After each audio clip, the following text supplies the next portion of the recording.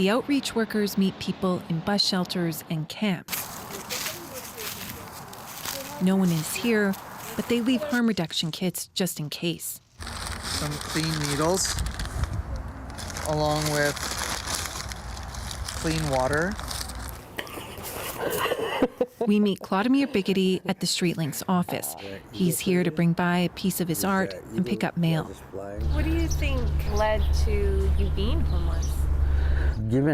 Just giving up. Biggity credits StreetLinks for helping him get into the home he's in now. He still visits friends and lets them know if they need ID, income supports, or housing, there's organizations to help. I owe it to myself. I owe it to myself to let these guys know that, I was in your shoes and you could put better ones on, He says addiction has played a role in his homelessness over the years. Marion Willis is the executive director of StreetLinks. She says there's a drug crisis that's not being acknowledged to the extent it should be. We agree that there's lots of people deep in addiction. We agree that we have a high overdose rate. We talk about harm reduction and all of that. The biggest and first and most critical aspect of any harm reduction plan is going to be to acknowledge that you actually have a crisis, right? And then change the dial and the conversation to focus on that crisis and get all the right people at the table to think about what you need to do about that crisis. And it can't be the same old people at the table. Part of what she wants to see, more community-based recovery programs that support people long-term. Wesley agrees. And not having to battle all the time. It's like jumping hoops to get into a recovery center. You heard Wesley talk about RAM clinics. Well, Shared Health says there are plans to expand hours at one Winnipeg location, and another RAM clinic is set to open in the city in the Aboriginal Health and Wellness Center at the end of May. Alana Cole, CBC News, Winnipeg. A new report shows the wage gap between men and women still exists, and it's even wider for racialized women. CBC's Matt Humphrey explains. There's a clear, gendered pattern of income inequality in our province. It's laid out in Tired of Waiting, Rectifying Manitoba's Pay Gap. Among its authors are academics with the U of M and U of W. The headline figure, the gender gap that we found was women earn on average 71% of what men earn. And as Molly mentioned, the gap for racialized women and Indigenous women is even higher compared to white men. The report says the gap gets even bigger when factoring in discrimination based on race, age, and ability. Racialized and Indigenous women earn 59 cents and 58 cents respectively for every dollar a white man earns. Laura Lazo leads Manitoba Women in Agriculture and Food. She's been calling for fair pay for 6 years in a sector with one of the worst pay disparities. I think about all the women in Canada, but also in agriculture, that have very strong dreams and aspirations, and they cannot realize them.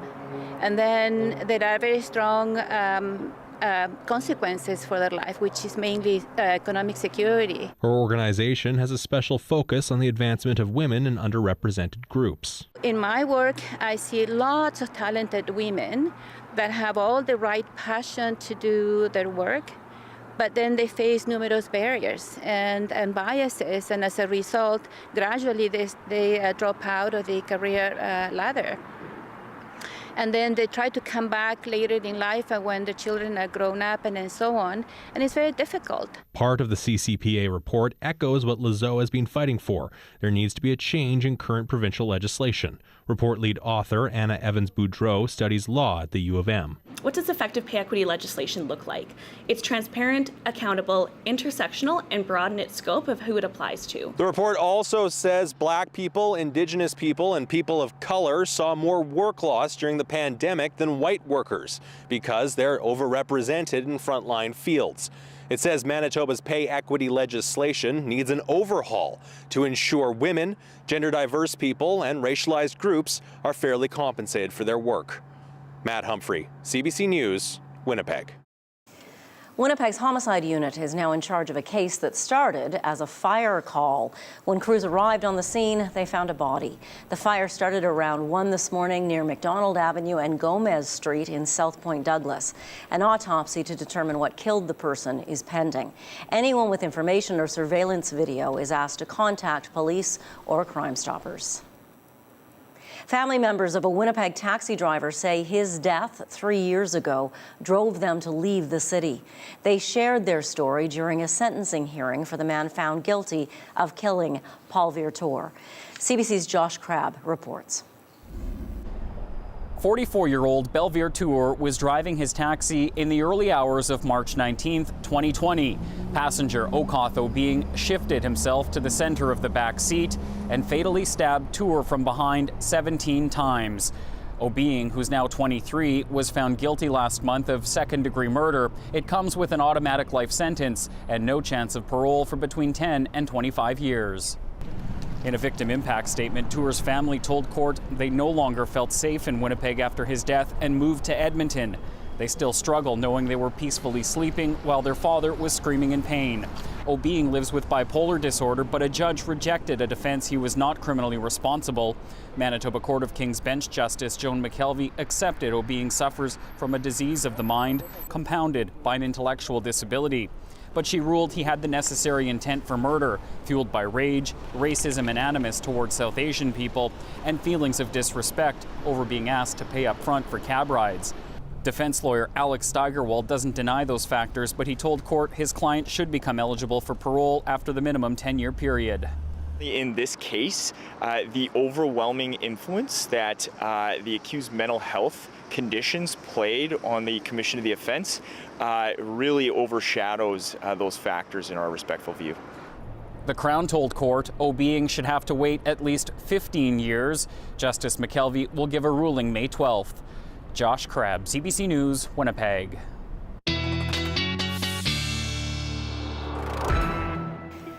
Meteorologist John Sauder here. Sure was foggy this morning. Yeah, absolutely. Talked to some people who were driving on the highway this morning early, and I'm talking, I think, 4 a.m., and they could barely see past the hood of the car. A chance of that tonight. Let's get right to the fog visibility forecast, and I'll put this into motion. Not much tonight, but as we get into the morning, you see the fog starting to form, especially in the Inner Lake. This is particularly the area that I'm concerned about for early morning. So this is 5:30 in the morning. We've got 300-meter visibilities in Winnipeg, Portage, Gimli, some pretty low visibilities around the Paw and Dauphin, and then we go ahead to about 6 o'clock, and we're still looking at some pretty low visibilities. So the worst areas will be the Inner Lake and out to the east side of Lake Winnipeg. Here's 9 o'clock, and we're seeing that fog starting to dissipate, but the Paw, Flin Flon, also seeing some pretty low visibilities early on in the morning. Right now we're at 10 degrees, and I think that's the best we did today. I was shooting for a 13, never even got close, got just to about 11 here in the downtown area, and a few showers have been floating by, but a lot of these are dropping some rain that's evaporating before it reaches the ground. The main area of rain was south of the international border and right along the international border in southwestern Manitoba early in the day. That doesn't pose a threat to us at all. We do still have some more rain on the way. It's not coming on Friday, though. Friday, generally a sun-cloud mix. But as we get into Saturday, we're looking at a developing system that will bring some showers into western portions of the province early on Saturday, and then this kind of fills in the afternoon. So it'll be a little soggy here and there on Saturday. I think the most rain we'll see is maybe 3 to 5 millimeters at most, and we clear into Sunday early. It's also going to be windy late Saturday and right through the day on Sunday, gusts to about 50 kilometers per hour. So some patchy fog in the morning hours. As we get into the rest of the day, though, sun cloud mix, a high of 12, so a little bit warmer on the way for tomorrow. And in the north, we'll see that morning fog around the Paw, Flin Flon, few afternoon showers, a rain-snow mix in Lynn Lake, and then just rain at 9 in the afternoon, cloudy and 9 in Thompson, -1 the high in Churchill. And across the south, once the fog dissipates, we'll have a sun-cloud mix. Temperatures still struggling just a little bit. 15 is the normal high, but we're looking at 11s down to the southeast and a 12 here in Winnipeg, between 9 and 11 degrees in through northwestern Ontario for tomorrow. Janet? Thank you, John. You're welcome. Well, it is that time of the year when Canada geese get a little territorial while they sit on their eggs. The reaction to that story next. You're watching CBC Winnipeg News.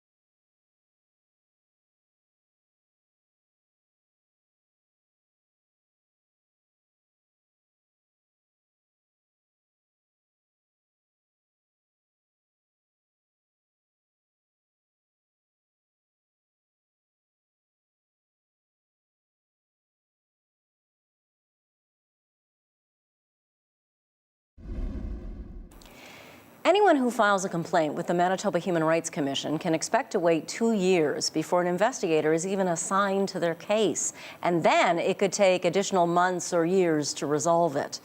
Michelle McHale has filed complaints with the Human Rights Commission in the past related to the rights of LGBTQ families. She organized the 2016 Pride March in Steinbach. She says a 2-year wait to have an investigator assigned to a human rights complaint is far too long. Anyone who has to formally challenge an institution, an organization, the place in which they work, or the place in which they worship, right? It really depends where you're filing your complaints against, but that takes a toll. That takes a physical toll, an emotional toll, a mental toll, a spiritual toll. The Manitoba Human Rights Commission says it's been working to eliminate its backlog of cases. It recently increased the number of investigators on staff to 6, up from just 2 last year. A year ago, there were more than 600 files awaiting early assessment or investigation, and the Commission says that's now down to 400. Migratory birds are moving into Manitoba now that the weather's warming up, but some are settling in less than ideal locations, forcing human inhabitants to make tough decisions. CBC's Emily Brass has more. Families flock to the Forks in the spring, but they're not the only ones coming to visit.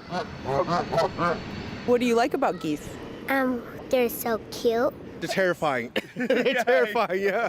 Really? You had close encounters? Yeah. Just don't mess with them and just let them do their own thing, and then you're good. Canada geese can ruffle some feathers. One pair at the Forks got a bit close for comfort, building a nest in a planter. Crews cleared out that nest yesterday and their eggs. Dean Denisick was sorry to see them go. We're in a park. If they're on the grass, great. On the sidewalks, well, step around it. Destroying the nests of migratory birds when they have eggs is illegal unless you have a permit. In a written statement, the Forks North Portage Partnership says any work we do on site with respect to geese is always under permit. It says we work with licensed companies to ensure we balance the protection of the public with the safety of the goose population. There's a goose starting to build a nest just off the pathway. At Fort White Alive, Barrett Miller says humans and geese can peacefully coexist if you know how to talk to them. Yeah, you're fine. You're fine. Miller has a technique for calming down worked up geese, protecting their nests. So I've made eye contact. My finger is pointing at her beak. It reminds them, actually, of Mother Goose. Yeah, you're good, bud. I'm just picking up the garbage. He says geese usually aren't thrilled to be near us either, but have no choice. Most of the good real estate is occupied, and their numbers aren't going down, they're still going up, so they have to go somewhere. So you end up with parking lot geese, planter geese, rooftop geese. Miller encourages homeowners to let lawns grow up, giving predators a safer way to hunt for eggs, and says sometimes our feathered friends just aren't great neighbors. In any species, there are some that are just way more aggressive and way less understanding of others. There are those geese out there for whom it's not going to work. Luckily for the geese at Fort White Alive, there's plenty of room for everyone, even noisy neighbors. Emily Brass, CBC News, Winnipeg. We have a Goose Whisperer. I love it. Hey, check this place out.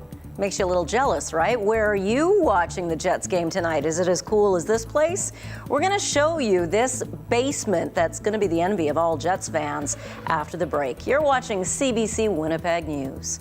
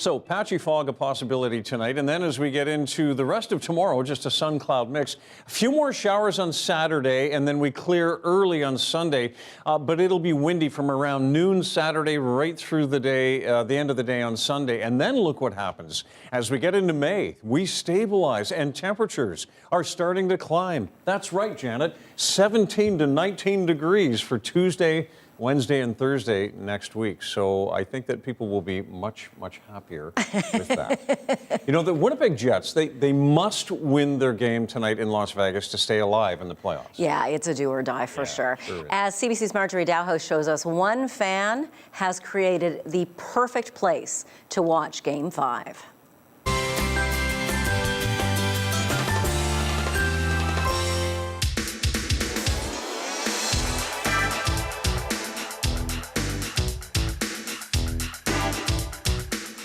We can call you a Jets fanatic, right? Fanatic is fair, yes. I'm here in Tyler Swar's basement. Tyler is a Jets fanatic. Hi, Tyler. Hello. Tell me about this, because this is impressive. This is, what would you call this, your Jets fan cave? That's fair to call it a cave, yeah. How long has it taken for you to collect all the Jets memorabilia that you have in here? Everything on these walls and tucked away has been an accumulation of the last 34 years of my life, I would say.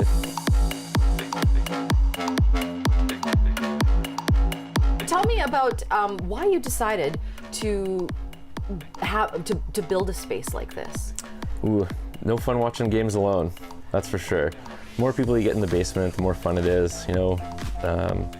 Nothing better than watching a team go down like they did the other night, and to be on the brink of a devastating loss at home, pushed to overtime, and you have 5, 6, you know, sometimes as many as 12 people around blowing the lid off the roof, so it makes it all that much more special. Now, what makes it such a great place to watch a Jets game in? Well, aside from the multiple TVs, the viewing experience is pretty nice. It's all the stuff on the walls and the stories that come along with it, right? So even when there is a quiet spot in the game, or maybe things don't go as you planned, there's always a positive you can pull from, and there's always something to talk about that can, you know, keep everyone's hopes up, keep the dream alive. Earliest memory as a Jets fan? Earliest memory would be probably being in the building during some of those playoff games in the early 90s, playing against either LA or Detroit. Now, this has to be a place that your friends, you probably have a lot of people that want to come by here and watch a Jets game. What is it like, or do you have a lot of people come over here to watch the Jets games? Yeah, weekends definitely more than weeknights. When the weather's good, that also helps. People don't want to leave the house when it's minus 40. People that come by on the daily, sometimes weekly, there's a handful, you know who you are, but they always bring by stuff to stock the fridge, so no qualms there. Game 5 coming up here. It's pretty much do or die against Vegas. What do you think? Just got to win one. Got to win one and look on to the next. They've got all the tools in the tool belt. They showed that they can beat big dogs before, and I think they can do it again. Plans on expanding this at all? Well, the wife wants a bit of a bigger home, so I can only cross my fingers for that to happen, so that the basement's a little bit bigger and we can probably double this in size, and that means doubling occupancy.